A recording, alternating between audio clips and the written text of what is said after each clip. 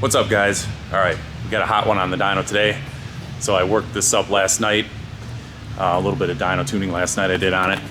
So we're gonna continue with it today. 2018 ZL1 1LE. I did a video on this car last year when we did the initial stage 2 mods to it. So we'll take a look under the hood here. So I'll go back over this. So obviously we got a Magnuson 2650 replacing the LT4 supercharger. We got a Roto-Fab 5-inch cold air. We got a K-Tech 112. We got ported cylinder heads. We got our stage 1 LT4 camshaft. We got a big fuel system on this thing, triple pump in tank, return style, flex fuel, 2-inch headers, full American Racing exhaust, American Racing Nickey edition headers.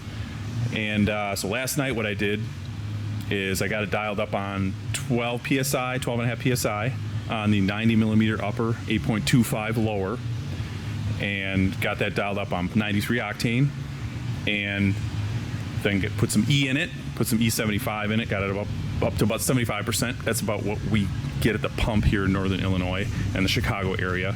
So it's usually where we're dynoing them at. So worked up that tune, got the flex fuel, obviously, you know, full flex at that point. And now I just, this morning came in, just swapped the upper pulley for a 80 millimeter upper pulley. So we're gonna jack the boost up another 4 PSI. So hopefully we're gonna see that, I'd like to see 17 pounds, maybe a smidge more. Like I said, we were at 12 and a half, you know, just shy of 13 pounds on it. So it'd be nice to see 17 pounds with that smaller upper. And yeah, like I said, oh, probably one of the most important things, port injection. We did also, that's what the car came back for.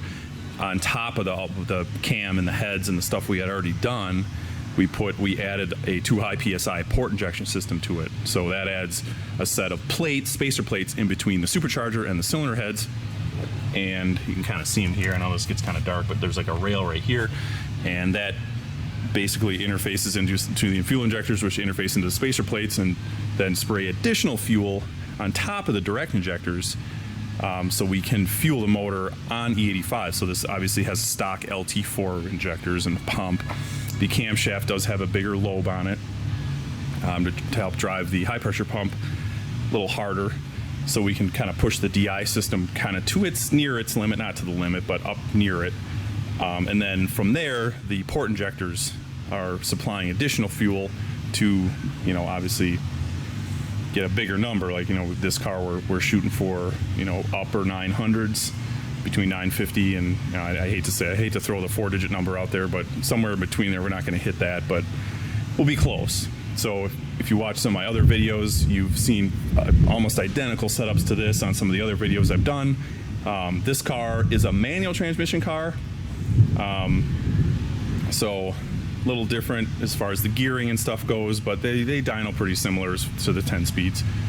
But I think that's about covers it under the hood. And again, there is another video, it was probably late last year we did it, or maybe even mid last summer, 2022. Summer 2022 is when we initially did the heads cam blower intake. And so now it's back for the port. We put the fuel system in it, and so basically back for the port controller and the port rails. And so yeah, they got that 2 high PSI system works really good. It's got this controller that uses a Tuner Pro RT software. It's really intuitive and it's easy to use. We love it. It works really good, makes nice power. So I can show you the dyno graphs from yesterday. So basically these are the two, so these are the two finals I came up with on pump gas and the E75. So obviously the blue line here, 795, that is, I believe, I didn't even look back to see what it made last summer, but I'm almost positive that's exactly what it made last summer. It was just shy of 800. It might have been something in that realm, maybe right at 800. And basically, you know, so when I add the port injectors, I got to kind of change the fueling around of the stock computer. We got to actually pull a bunch of fuel out of the stock ECU, because now we're adding a kind of a bigger chunk of fuel with the port injectors. So we can kind of go over that. I've been asked a lot of questions on some forums and on my videos on how I go about tuning that. I can go over some of that in this video to kind of show how I do it. There's a couple of different ways of doing it. But anyway, the 875 then is the E75 fuel with about 3 more degrees of timing. So I think the 795, I was like 18, 19 degrees up in the top, you know, kind of ramping the timing in. Here I'm like 20, I want to say I was like 23. I don't know if you can hear that thunder. We have a big thunderstorm rolling over right now. But, so yeah, so additional timing, and obviously the fuel, we get, you know, we pick up a big chunk of power there. Looks like 80 horsepower at the wheels. That's pretty typical on these LT motors, and again, that's just at the low boost. So now what I'm gonna do with this smaller upper pulley with the added boost, I'm not gonna do a 93 tune because that's just, in my opinion, it's way too much boost for just 93 octane. So we're just gonna run this car on that pulley on the ethanol. And the customer understands that. We're gonna deliver it to him with the higher boost level, and he understands that pump gas would be like an emergency situation if he just had to he was out of fuel and he just had to put something in there to get him home, and keep his foot out of the throttle on the 93 octane with the smaller pulley with a higher boost. So I'm going to get the car warmed up. It's been sitting overnight. I just swapped the pulley over and get it warmed up, get it spinning on the dyno, get all the fluids up to temperature. And I might have to do 1 or 2 working runs just to make sure the fueling and the timing are in line. With the higher boost, obviously we're adding more airflow, and I'm pushing my my airflow up farther up into the air mass on the timing tables, and higher up on the air mass airflow curve in both the stock ECM and the port controller. So I got to make sure all that fueling is in line. Once I get these dialed up on 12 pounds, it translates pretty well up to the higher boost levels. And once I kind of fine tune that, then you can just switch back and forth between pulleys with no tune change, which is pretty sweet, because then guys can kind of have different levels, especially for the road race guys. We got guys that road race and drag race, and I've had a couple cars in the dyno. There's a black ZLE that we did, same package, 10 speed, and he does both. He drag races and he road races, and we have like a 110 pulley for road racing, and we have the 80 millimeter upper for drag racing. So 10 pound of boost difference between the 2 pulleys, but again, all he has to do is switch the pulley out, and the tune doesn't have to be touched. It automatically, the way I have it set up, it automatically compensates for timing and fueling with the added airflow. So I'll put the camera on the tripod, I'll video a couple pulls, probably get one from the back so you can hear the exhaust ripping, and then we'll go over some final numbers and some final data logs, and kind of dig into the port controller software just a smidge so you guys can kind of see how I do that.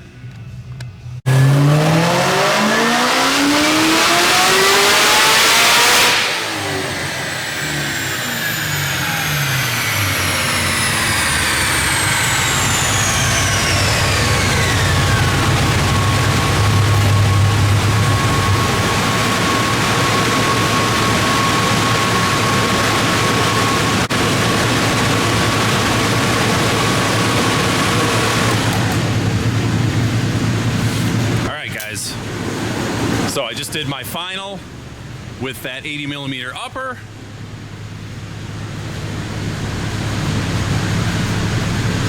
.975, 816 torque.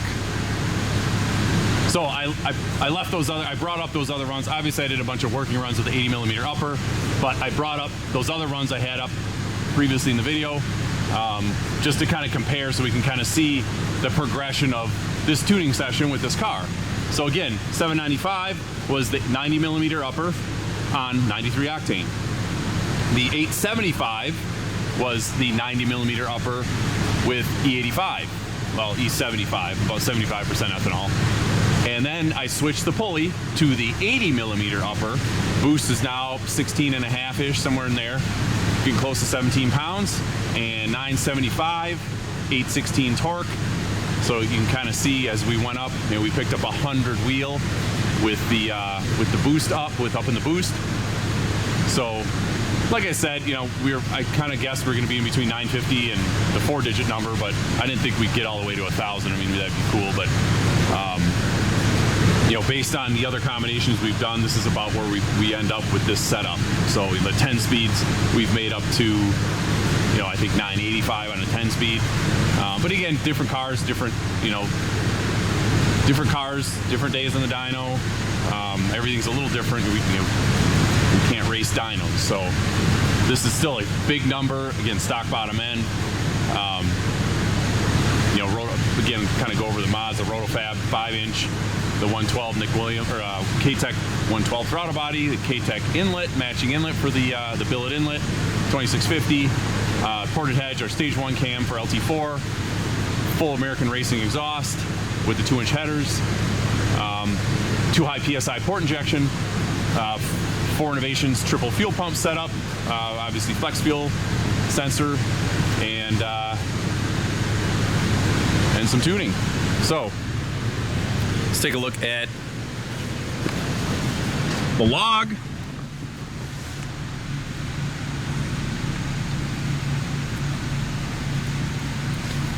All right. So timing, air fuel. Now you can make a smidge more power with these things, leaning them out. Maybe another 5 to 10 horsepower at the wheels. But I just like keeping these safe, especially when we're making this kind of power on the stock bottom end. So yeah, boost just right at 70. I got the limiter in at 7,300 on this. That's kind of my safe, comfortable limit on the stock rotating assembly. And you can see we're touching, 16.5-ish pounds. Air fuel is a little fat on that run, but again, timing's timing just touching 24 at the top. It was liking the timing up there. So like I said, yeah, I could lean this up a little bit and make another, maybe 10 horsepower at the wheels, but I'd rather, on something like this, I'd rather just play it safe than trying to chase a number on the dyno. It just gets kind of ridiculous to me to ring the thing out just to get another 10 wheel. You're not going to feel 975 versus 985. You will not feel the difference on the street driving it around. At the track, it would be like marginal, like, maybe a half a tenth or something like that if you had a car like this, and maybe a mile an hour, probably not even that on a ZLE with the wing and stuff, probably a half a mile an hour. So it's just not enough to make it, unless you're competitive really racing, then I get it. But this is a toy for the guy, and he cruises it around and might see an occasional track day, drag strip type of deal. So yeah, this is looking really good. So I know I talked about the port injection earlier in the video, and I've got some questions. So for those of you guys that don't care about this stuff, obviously you saw the dyno numbers, so you saw how to make, but I'll dive into it a little bit. So what I do when we add port injection to these things, so obviously GM, the GM ECUs, kind of for wide open throttle, there's 2 parts that are used for fueling. So obviously we still have a mass airflow sensor, so that's kind of the primary way of fueling. So you got this MAF curve, and this is basically an interpretation of the airflow coming through the mass airflow sensor, and then the frequency that's outputted per airflow, and then that's converted to a airflow reading. So the mass airflow outputs a frequency, up to, like, I think we see about 10,500 hertz at the top, and oops, I'm screwing my curve here. I'll just undo that. So anyway, so you can see how this kind of, if you guys are tuners or you've dabbled in this a little bit, normally this mass airflow curve is kind of just nice and smooth. It's kind of just a nice, just like that. So you can see here where I got this little whoop-de-doo in it. Well, actually a couple little whoop-de-doos in it. So one drop here and then another drop right in here. That is where I have the port injectors coming in. So what I'm doing is, and this is also per Mike's instructions, the guy that owns 2 high PSI, basically he tells, his way of doing it, and I kind of followed what he suggested at first. His way of doing it is pulling. So when you add the port injection, you're adding extra fuel. So then basically what you want to do is take fuel out of the direct injectors. So if we tried to run this all DI right now, we'd be way, way beyond what the DI can supply. So we want to pull the DI way back. This is what this is going to do, and kind of share the load between the two. So we want to kind of go like 60% on the DI injectors and like 40% of the fueling on the port injectors, or you can go 50-50. So you end up having to pull some of the airflow. Basically, you're tricking the computer into thinking there's less airflow and it's going to inject less fuel. So his way of doing it, which is totally fine, and other guys have done it, all the fuel that they remove, so basically all the airflow they're telling the computer they're removing all the fuel using the mass airflow, or just pulling it completely out. So they're taking like 40% out of the MAF curve. Well, what that does is when you take that much out, and so I'm taking about 20% out here. So you can see, this little whoop-de-doo here is about 20%, and then there's maybe another like 2 or 3% here taken out just to try to trim the top end. Basically, this is kind of the wide open throttle section up here. This is just getting into the throttle, and the other thing I like to do is make these transitions smooth, so you don't have a hitch or a step when you roll onto it and the DI injectors start to spray. If you have real abrupt drops in this, the car will have little jerks when it hits those abrupt drops. So I try to smooth this out. So again, I'm only pulling about 20% out of this mass airflow curve. Some of the other guys are going to pull the whole 40% out. And again, you don't have to, it's not necessarily going to be 60-40. If it's a higher power car, you might be 50-50. 50% DI injectors, fueling, and 50% port injectors for the fuel. And I hope this is all making sense. But anyway, so I pull about 20% out of this, smooth it.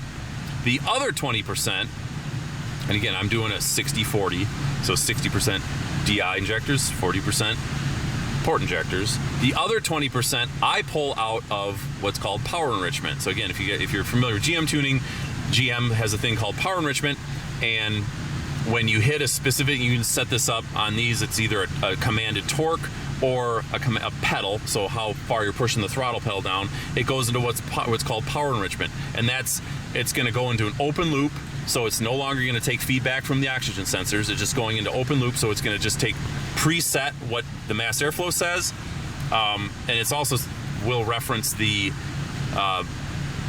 volumetric efficiency tables, but up into the set RPM you have. At the high airflows, the map sensor and VE tables are doing very little. It's basically all off the mass airflow sensor. So on top of what the mass airflow sensor is reading, there's preset tables for how much extra fuel you want to add. Kind of like back in the day with carburetors, when the power valve opens up, and maybe some of you younger guys don't even understand that. But again, when you get to a specific throttle pedal, so I have this set at 40%. And I have it set the commanded torque at 40%. So anything above 40% of the maximum torque for commanded, and anything above 40% pedal, or anything above 40% pedal, it's basically this or this, it will go into this power enrichment mode. So open loop, and it will add an additional amount of fuel on top of what the mass airflow then is telling the ECU to fuel. It will add an additional amount of fuel set by these tables, by the power enrichment EQ tables, and they're set in EQ ratio. So equivalency ratio, which is GM's way of air-fuel ratio. So normally these tables are like 1.2 to 1.3, depending on how you set your system up on a boosted car.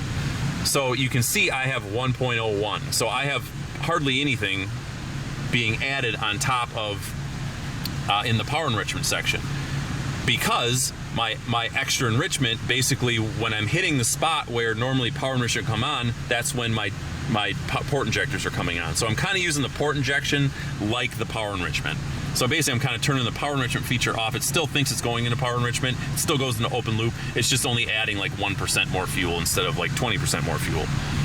So the reason I do that is when you pull on these 6th gen Camaros, they're all torque based, and when you got the 10-speed transmissions, the 10-speed transmissions are entirely based. The shift times, the shift pressures, all that stuff is determined by the torque that the ECM is sending to the TCM, the calculated torque value. So you got your virtual torque tables that are referenced for, and again, so what happens when you pull all of that out of the mass airflow sensor, your calculated air mass then goes way down. So I'm talking like way low, like a normally aspirated car would be, and subsequently I'm just going to raise these up. Your calculated torque value reported to the transmission module drops way down. So what you end up having to do is totally go crazy with these torque tables, so your transmission shifts with enough pressure. Now we're adding a whole bunch of power to these cars, and you need more pressure on the 10 speeds, especially if it's a stock 10 speed and you're trying to get it to live at 900 wheel, 1000 wheel. So you can see that I have these obviously I have these, you can see these big swoops in the top. So this is the 20 degree. So the virtual torque tables are set by cam angle, air mass, map, and spark. So there's different sections to the start. Basically, HP Tuners has taken coefficients that would be plugged into an algorithm and turned them into like a table form. So kind of back calculate them, and that gets pretty complicated math. Some of that goes over my head. I kind of know the basics of it, how it works, but like as far as like the algorithms, GM doesn't share that with anybody, and guys at HP Tuners probably know them, but I don't know them. But anyway, they convert them just like the virtual volumetric efficiency. It's virtual torque. So you can see how I have this kind of 20 degrees. It's running still smidge over 20 degrees. But you can see how I have this jacked way up in these, the 13, 14, 1500 air mass cells, and that's to get, well, on a manual car, these ZLEs and the SS1 LEs have an E-diff, and the E-diff also runs on torque. So as you roll onto the throttle, the more torque output by the ECM to the rest of the network, that differential that pump will squeeze the diff harder. And so that's the only reason I did it on this car. You don't necessarily have to do it on a manual car, but this is just my practice of doing it. When we do port injection and I have to change those other tables around, especially the MAF table, I add torque onto the system. So basically, as you're just basically ramping this up as the fueling kind of flattens out for the DI, and where you normally would just have kind of a flat air mass. So you can see this pink line here, this is air mass. So normally, if this car is running all on the mass airflow sensor, we would be air masses of probably 1.7 to 1.8, maybe higher. And that would be fine for the torque tables. If you had it that way, you wouldn't have to really modify the torque tables much, because the torque reported to the TCM would be high. It would be 800-900 pound-feet, just like it's making. But because we're only seeing, you have to pull out of the mass airflow curve, again, to compensate for extra fuel coming in on the port, and so you don't run into your limits on your DI injectors, your air mass then drops, and so you have to modify that torque table to reflect that. So that's how I do it. I go half on the MAF curve and half on the power enrichment. And I've gotten into some discussions online with guys about it on some forums and how I do it, and it might be a little bit more complicated this way, but I like not having to modify these virtual torque tables way crazy. I obviously have to do some pretty serious modifications to them, especially on the 10-speed cars, because we can go, and I can't do it on this tune, but all those, because it's a manual car, again, all those tables in the transmission that are pressure based are looking at that torque being reported by the ECM. So that's how I do it. If you guys had more questions on it, you can put it in the comments. Hopefully I explain that well enough. Sometimes I get a little absent-minded about explaining this stuff, but so yeah, that's how I do it. Yeah, so everything here looks good. This is going to be quite an animal on the street with a stick shift car. I love stick shift cars. The 10 speeds are awesome. They're way faster, but it's something about driving a stick car is it's way more engaging and fun. So, and these ZLEs have this real close ratio. The ratios in the ZL1 1LE for the manual are their own ratio set, and I can't remember what that is, like the MG9 or something like that. It's basically the same ratio set that would have came in the ZR1s, the C6 and C7 ZR1. It's a closer ratio, a real tall first gear, so when you're driving it, it's real close, and it's just cool to drive. So there's our numbers. That's looking pretty awesome. Nice looking curves. And I already had the drivability pretty much dialed in on this thing from before when we did the cam. So obviously I'll get it on the street. We're supposed to have some really nice weather throughout this week and next week, so I'll have a chance to drive it around. We're actually going to switch the clutch out in it because we're not confident in the stock clutch at this power level. So just for the dyno, we're fine. But if you're trying to bang gears at 975 to the wheels with the stock clutch, I don't think it's going to last very long. I burned a twin disc up in my Camaro at 600 wheel drag racing a couple times. So, and he wants to take it to the drag strip. So we're going to put a McLeod RXT in it. And you'll be good to go there. So yeah, like, comment, subscribe. I like reading comments and answering you guys' questions. And that'll wrap it up for this video. Thanks for watching, guys.